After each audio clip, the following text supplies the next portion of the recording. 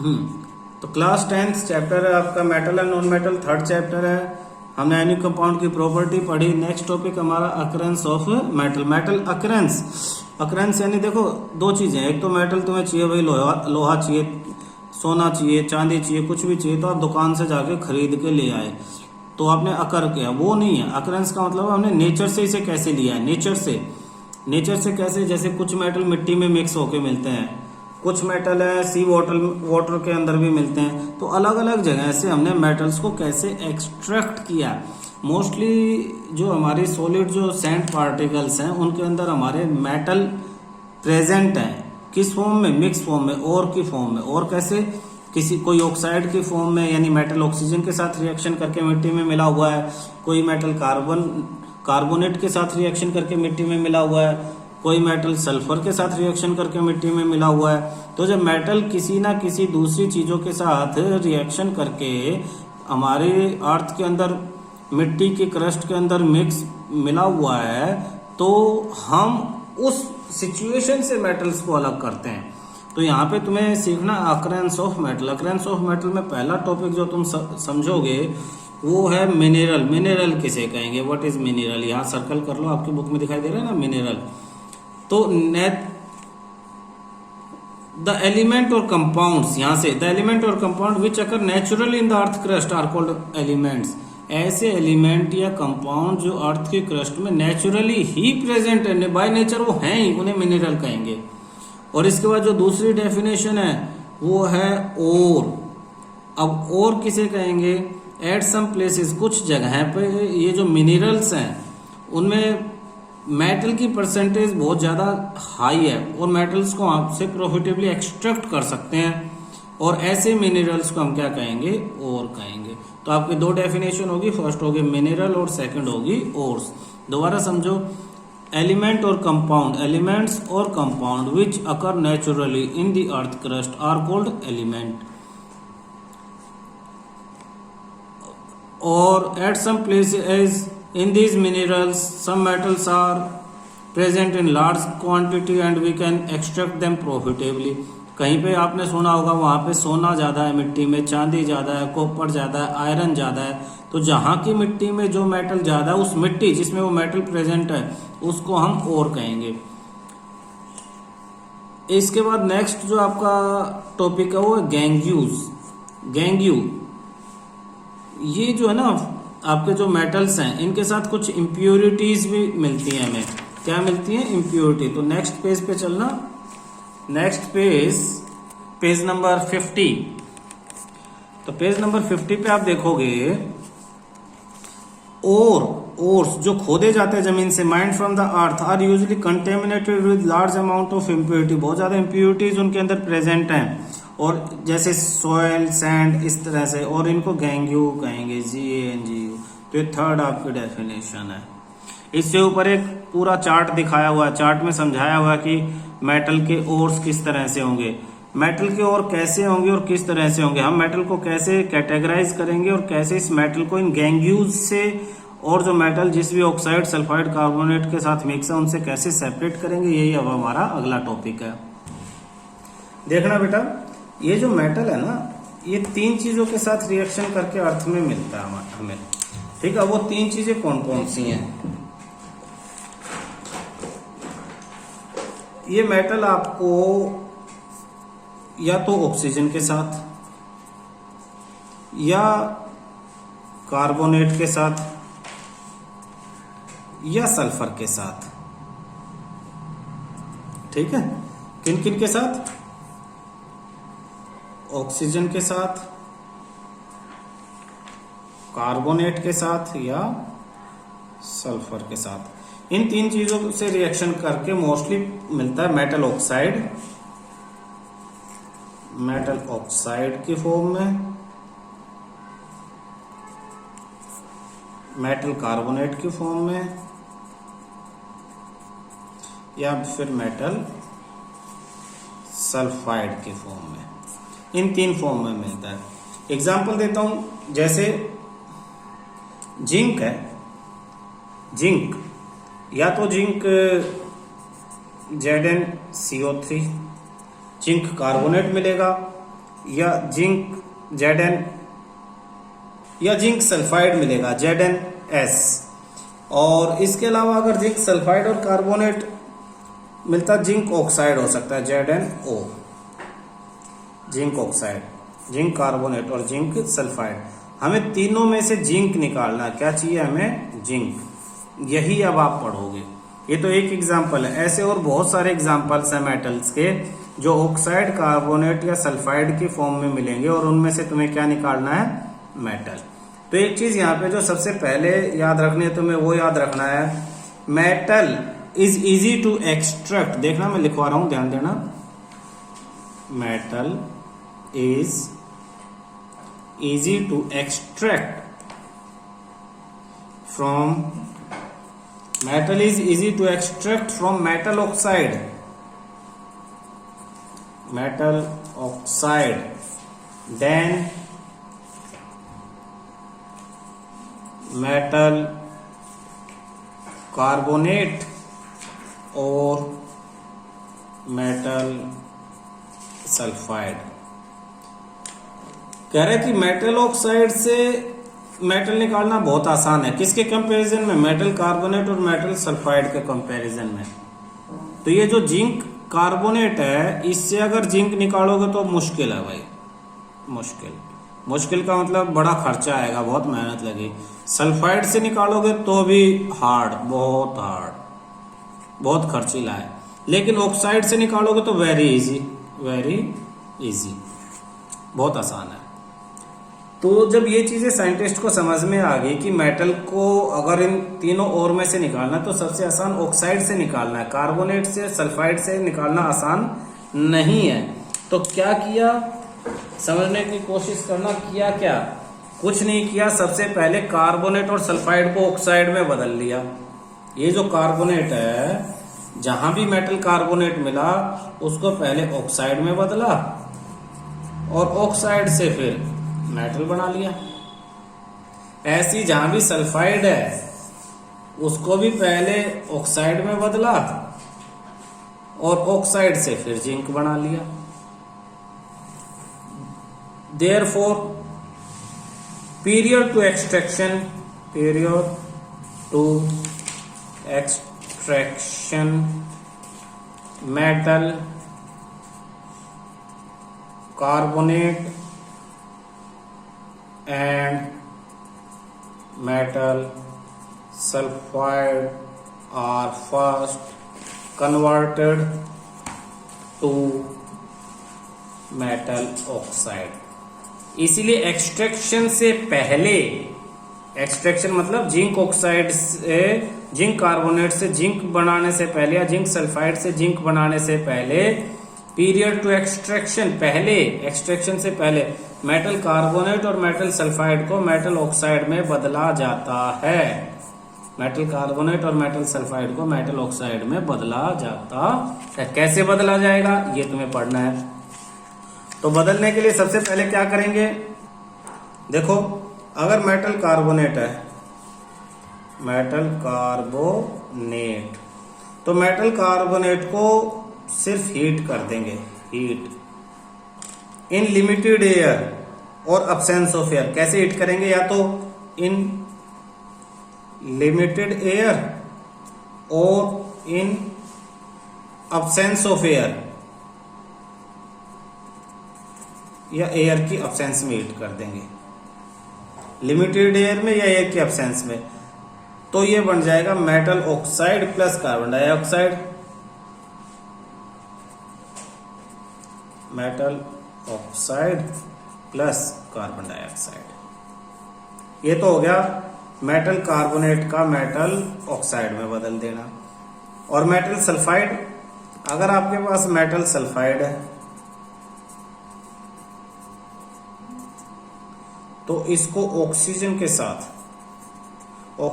साथ हीट करेंगे तो ये मेटल ऑक्साइड बनेगा। क्या बनेगा? Metal oxide plus sulphur dioxide, plus यहां का सल्फर और ये ऑक्सीजन, ये सल्फर डाइऑक्साइड बन जाएगा। तो यहां भी आपका क्या हुआ? मेटल सल्फाइड किस में कन्वर्ट हो गया, मेटल ऑक्साइड में। तो इसको क्या किया, मेटल कार्बोनेट को heat in limited air, heat in limited air, और इसको heat in proper presence of oxygen, oxygen की प्रॉपर प्रेजेंस में हीट किया।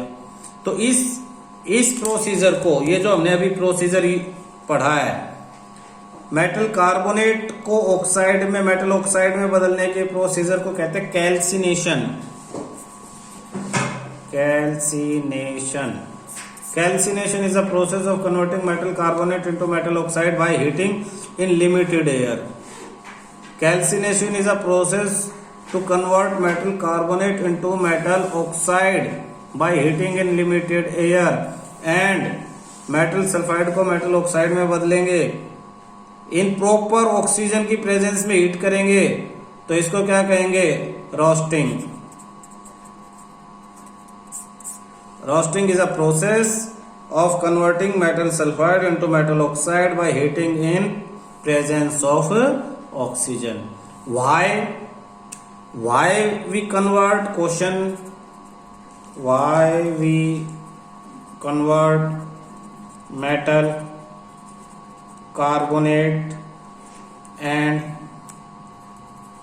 metal oxide, metal carbonate and metal sulfide into metal oxides before extracting metals from sulfide and carbonate ore। Question समझो, question में कह रहा है मेटल कार्बोनेट को और मेटल सल्फाइड को मेटल ऑक्साइड में क्यों बदलते हैं एक्सट्रैक्ट करने से पहले। तो आंसर, इसका आंसर लिखवाने की जरूरत नहीं है, मैं पिछले पेज पे लिखवा चुका हूं। It is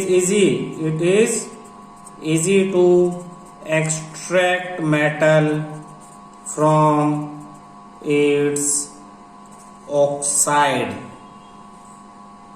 It is easy to extract metal from its oxide than carbonate and sulfide।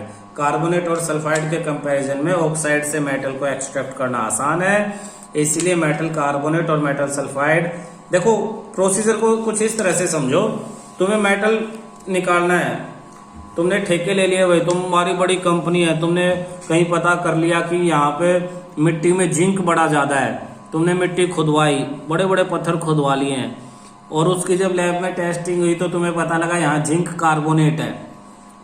तो जब जिंक कार्बोनेट से जिंक निकालना है तो सबसे पहला प्रोसीजर तुम्हारा होगा कि जिंक कार्बोनेट को जिंक ऑक्साइड में बदलना। क्यों? क्योंकि जिंक ऑक्साइड में से जिंक कन्वर्ट करना, जिंक निकालना बड़ा आसान है, जबकि जिंक कार्बोनेट में से सीधा सीधा जिंक नहीं निकाल सकते। ऐसे ही अगर तुमने कहीं दूसरी साइट पे पता लगाया, अच्छा यहाँ भी जिंक है लेकिन वहां पे जिंक सल्फाइड था, तो भी तुम्हें पहले उसे जिंक ऑक्साइड में ही बदलना पड़ेगा, क्योंकि जिंक ऑक्साइड में से जिंक निकालना बड़ा आसान है। कैसे आसान है, अब ये आसान प्रोसीजर भी हम देख लें कि कैसे आसान है। आपके पास है अगर जिंक सल्फाइड, देखना रिएक्शंस कैसे लिखेंगे हम। आपके पास है जिंक सल्फाइड, तो आप क्या करोगे, हमने बताया था ऑक्सीजन की प्रेजेंस में हीट कर देंगे और zinc oxide plus sulphur dioxide बन जाएगा। इसको बैलेंस कर लेंगे। बैलेंस करने के लिए कैसे, यहाँ भी O2 यहाँ 3 है, तो इसे बैलेंस करने के लिए यहाँ 4 कर देंगे और यहाँ भी 4 ऑक्सीजन होगी, 2O2 और 2O2 चेंज क्या, जिंक 1 है, जिंक 1 है, सल्फर 1 है, सल्फर 1 है, ये बैलेंस हो गई है। जिंक 1, यहाँ जिंक 2 हो गई है, यहाँ जिंक 1 है, तो इसे भी बैलेंस करेंगे। अब जैसे इसे बैलेंस किया, सल्फर 2 होगी, यहाँ सल्फर 1 है, इसे बैलेंस कर देंगे। इसे बैलेंस करते हुए ऑक्सीजन 4 और 2 6 होगी, यहाँ ऑक्सीजन 4 है, तो इसे आप 3 कर दो, अब बैलेंस हो गई है। तो आप पहले ये रिएक्शन करोगे, जिंक सल्फाइड को जिंक ऑक्साइड में बदल दोगे। और अगर जिंक कार्बोनेट होगा तो आप क्या करोगे, जिंक कार्बोनेट यानी ZnCO3, आपके पास है ZnCO3, और ZnCO3 को तो आपको बिना ऑक्सीजन के हीट करना है, आपको यहाँ तो ऑक्सीजन की प्रेजेंस, बिना ऑक्सीजन हीट, तो ZnO प्लस CO2, ये तो ऑलरेडी बैलेंस है। तो यहाँ अब आपके पास क्या आ गई, आपने जिंक कार्बोनेट को जिंक ऑक्साइड में बदल दिया, यहाँ पे जिंक सल्फाइड को जिंक ऑक्साइड में बदल दिया। अब जिंक ऑक्साइड से मेटल निकालना है, देखना अब आपके पास जिंक ऑक्साइड तो आ ही गया, आपके दोनों साइड्स पे जिंक ऑक्साइड है। अब आपको मेटल निकालने के लिए सिर्फ कार्बन की प्रेजेंस में हीट कर देना है। कार्बन, कोयला, कोयला तो दुनिया भर का निकलता है इंडिया में, है ना, कोयला मंगवाया और जिंक ऑक्साइड के साथ मिला के गर्म कर दिया, तो क्या हुआ, ये जो कार्बन है जिंक के कंपैरिजन में ऑक्सीजन को ज्यादा अट्रैक्ट करेगा अपनी तरफ, तो जिंक आपका अलग हो जाएगा और कार्बन और ऑक्सीजन, कार्बन मोनोऑक्साइड जो गैस है वो बन के हवा में उड़ जाएगी। तो आपका क्या हुआ, आपका जिंक ऑक्साइड से बहुत कम खर्चे में जिंक अलग हो गया। जिंक बड़ा कॉस्टली मेटल है, सिर्फ आपने क्या किया, यहाँ गर्म किया। एक तो हवा के अंदर गर्म कर देना, ऑक्सीजन सिलेंडर थोड़ी लगाने, एयर के प्रेजेंस में गर्म करना, और यहाँ एयर की एब्सेंस में हीट करना। अच्छा, इसमें प्रेजेंस क्यों और इसमें एब्सेंस क्यों, ये भी कई बार बच्चों को ध्यान नहीं रहता, तो उन्हें याद रखने के लिए देखो, हमारे पास जब आपका मिट्टी में से निकला जिंक सल्फाइड, ये आपका मिट्टी में से निकला था जिंक सल्फाइड, आपको ऑक्साइड में बदलना है, तो आपके पास यहाँ ऑक्सीजन तो नहीं है ना, इसलिए आपको एयर की प्रेजेंस में हीट करना पड़ेगा। लेकिन जिंक कार्बोनेट, इसमें तो पहले से ही ऑक्सीजन थी, तो इसीलिए इसको बिना ऑक्सीजन के हीट करना, ये ध्यान रखना। तो एक कैल्सिनेशन, कार्बोनेट का कैल्सिनेशन और सल्फाइड का रोस्टिंग, क्लियर है बेटा। देखो तो अब आसान है ना, जिंक सल्फाइड को जिंक कार्बोनेट को दोनों को जिंक ऑक्साइड में बदल दिया, और जिंक ऑक्साइड से हमने सिर्फ कार्बन की रिएक्शन से जिंक बना लिया, यही। लेकिन ये तो क्लियर हो गया कि जो भी मेटल मिलेगा वो सल्फाइड में या कार्बोनेट में मिलेगा, ऑक्साइड में कन्वर्ट करना है। लेकिन अगर आपके पास, अब आपको शुरू से इस चीज को समझना पड़ेगा कि जितने भी मेटल हैं जो आपको एक्सट्रैक्ट करने हैं, उन पे कौन कौन से आपको प्रोसीजर यूज करने हैं। कौन कौन से प्रोसीजर का मतलब है, मेटल को 3 कैटेगरीज में डिवाइड कर दिया मेटल्स। एक very low reactive, very low reactive, दूसरा मिडल रिएक्टिव, मिडल रिएक्टिव, और तीसरा high reactive, high reactive. Example देख लेते हैं, वेरी लो रिएक्टिव और भाई मिडल रिएक्टिव और हाई रिएक्टिव में। तो वेरी लो रिएक्टिव में तो आपका आ जाएगा मरकरी Hg और उसका हो रहा मरकरी सल्फाइड, ठीक है ना, या फिर कॉपर Cu2s, ठीक, ये वेरी लो रिएक्टिव है। मिडल रिएक्टिव में आ जाएगा आपका जिंक सल्फाइड या जिंक कार्बोनेट।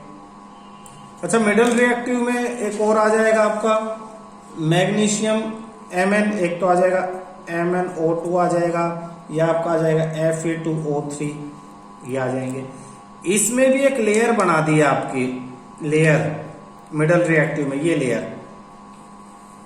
इसके ऊपर वाले लेस रिएक्टिव, से ऊपर कुछ मेटल होंगे, आपके बुक में यही चीज की समझा रखा है, लेस रिएक्टिव देन कार्बन। यहां पे वो मेटल है, metals less reactive than carbon, carbon से कम रिएक्टिव, और नीचे more reactive than carbon, more reactive than carbon, carbon से ज्यादा रिएक्टिव, ठीक है।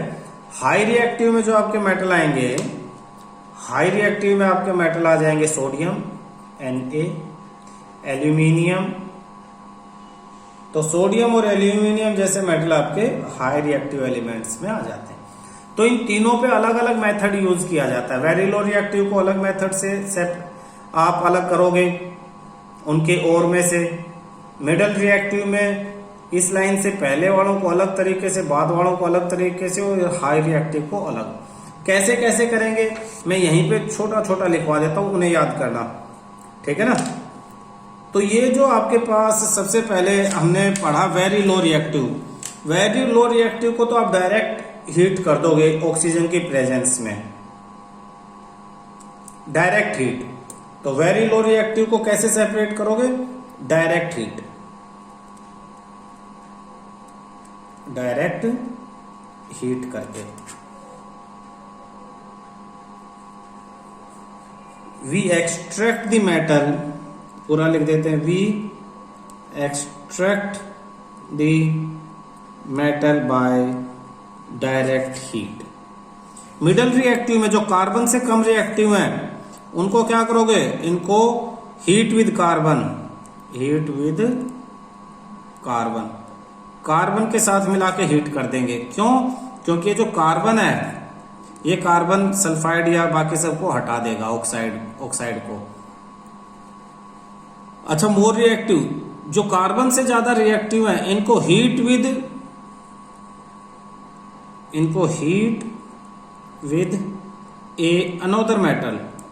another metal which is more reactive than our metal। इसमें क्या है, इसमें हम एक और another metal के साथ इसको हीट कर देंगे, किसी और मेटल के साथ, किसी और मेटल के साथ, अनोदर मेटल के साथ इसे हीट कर देंगे जो हमारे इन मेटल से ज्यादा रिएक्टिव है। एग्जाम्पल, एल्यूमिनियम के साथ मिला के हम इन्हें हीट कर देंगे। और जो सोडियम एल्यूमिनियम वगैरह ये हैं, इन्हें हम इलेक्ट्रोलाइसिस यानी इलेक्ट्रिसिटी